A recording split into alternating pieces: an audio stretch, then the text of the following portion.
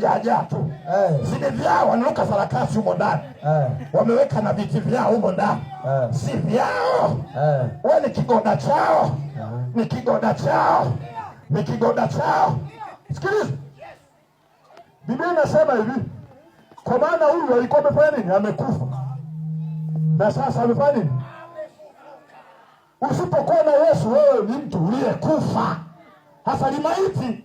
Maiti wanalifanya wanavyotaka. Wanalipindua, alielewe inaenda. Inaenda tu. Wanalilaza limelala. Tena sikiliza, nisikilizeni. Limaiti bwana, maiti zinateseka. Usiku ya anakuja hai. Tunakuta libabu linakuja sawa kabinti. Sogeza mume kama una mume. Pembeni, sogea utakiwi. Hii mali yangu kwa sababu ni maiti. Niko naota niko nafanya kitu. Shenzi kabisa. Ni maiti. Alafu unaamka asubuhi. Somesha kuoa.